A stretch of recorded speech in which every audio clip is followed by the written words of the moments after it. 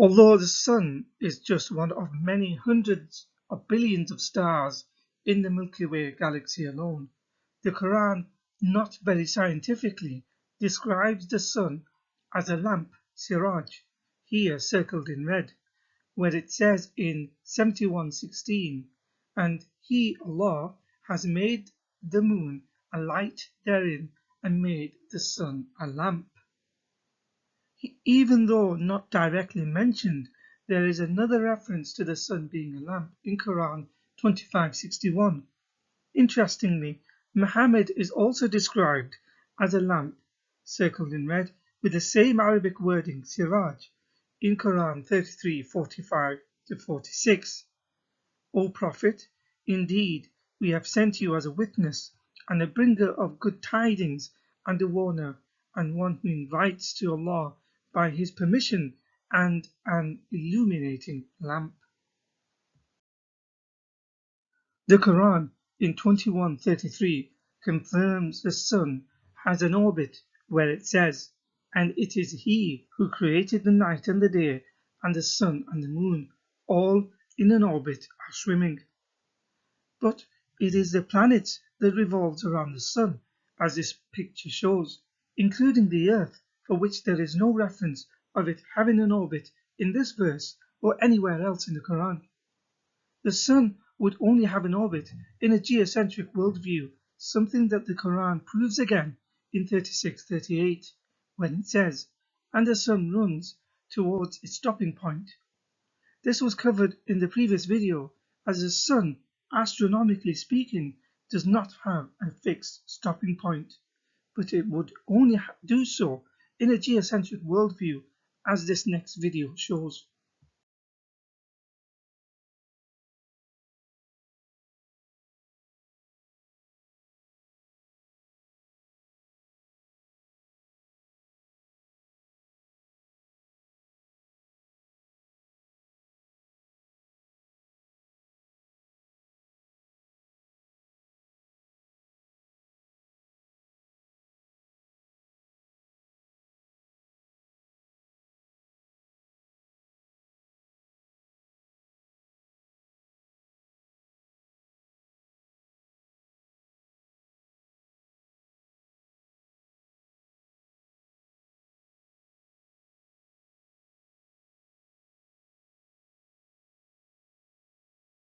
According to Islamic scholarship, there are a series of deductive methods in order to understand the Quran, although it makes a claim for itself in Quran 11:1 as this is a book whose verses are well perfected and then fully explained. Despite the claim, there are many times when a Quranic verse requires further explanation, sometimes with the aid of another verse in the Quran or the need to rely upon voluminous, often contradictory scholarly commentaries to explain it. If not found by the Quran, then the secondary source of Hadith or Muhammad's words are the next point of reference to explain the Quran. So to dispel any doubt, the Hadith literature will be looked at to clarify what is meant by the sun having a resting point or orbit. Quran 36:38, as explained by Muhammad about the sun having an orbit, is found in Sahih Bukhari 3199. Narrated Abu Dhar, the Prophet asked me at sunset, do you know where the sun goes at the time of sunset? I replied, Allah and His Apostle know better. He said, it goes, travelled, till it prostrates itself underneath the throne and takes the permission to rise again, and it is permitted, and then a time will come when it will be about to prostrate itself, but its prostration will not be accepted, and it will ask permission to go on its course, but it will not be permitted, but it will be ordered to return whence it has come, and so it will rise in the west. And that is the interpretation of the statement of Allah, and the sun runs its fixed course for a term decreed. That is the decree of Allah, the exalted in might, the all-knowing. Quran 36:38. The Hadith and the Quran shows Muhammad only saw the world according to his own vicinity, not the whole earth, even less so the universe. For example, in this first picture, it shows the sun has just set in Arabia, where he would have resided. It has just become night. But at the same time, somewhere else on earth, the sun is still visible and daylight elsewhere. In other words, the sun has not gone anywhere, no less under Allah's throne, because people in Europe, large parts of Africa, and America can still see it. It would only disappear and go under somewhere if the earth was considered flat. In the next picture, the sun has risen over large parts of Arabia and is visible, but it is not visible in other parts of the world, such as the Americas. In other words, on a spherical earth, there is no time when the sun completely disappears and goes somewhere without it being visible to someone else in another part of the world. The Quran says the sun follows the moon in 91 verses 1 to 2, by the sun and its brightness, and the moon as it follows it. From a scientific point of view, the moon and the sun do not follow one another. In Quran 36:40 it says, "Not the sun is permitted for it that it overtakes the moon, and not the night can outstrip the day, but all in an orbit they are floating." Early Quran commentator Tabari explains the verse to mean, "The light of this, sun, cannot overtake the light of this, moon." Again, whether it is this verse or the previously cited verses, none of them are scientifically accurate. If the verses are from a human visual perspective as viewed from Earth, then the Quran is not bringing any new knowledge that was not known to the people observing them at the time in the 7th century, or to anyone since antiquity or time immemorial. To evidence it is a divine, God-written book, it would be far more evidentiary for an omniscient creator of the universe to bring new knowledge that could be beneficial to humanity for all times. Having said this, these verses are not accurate even from a human visual perspective, as in an eclipse, the moon and sun do overtake one another, where one cancels the other one out, whether it is a solar or a lunar eclipse. Also, there are rare celestial situations called selenelion, when the moon is visible during the day as depicted here in this picture. It is when there is an eclipsed moon on the western horizon, as well as a rising sun on the eastern horizon. There is also the midnight sun, is another phenomenon when the sun remains visible at the local midnight during summer months over the polar regions. Therefore, the Quran is not even accurate about the sun from the point of view as humans see it from Earth, even less so accurate astronomically. The place and time of the sunset in Arabic is called Maghrib or West, which is why the sunset prayer is also called by the same term. Conversely, the place of the sunrise in Arabic is called Mashriq or East. These terms come from the geographical place of West or East respectively in the context of the sun in regards to its visual reference from Earth, in that the sun seems to set to the western side of Earth and likewise rises from the eastern side. This is why the Quran in places such as 70:40 and 73:9 and other places describes Allah as the Lord of the East and the West. In reality, of course, the sun does not rise from any geographical areas of the earth, west or east. The sun only seems to rise in the east and set in the west because of Earth's rotation.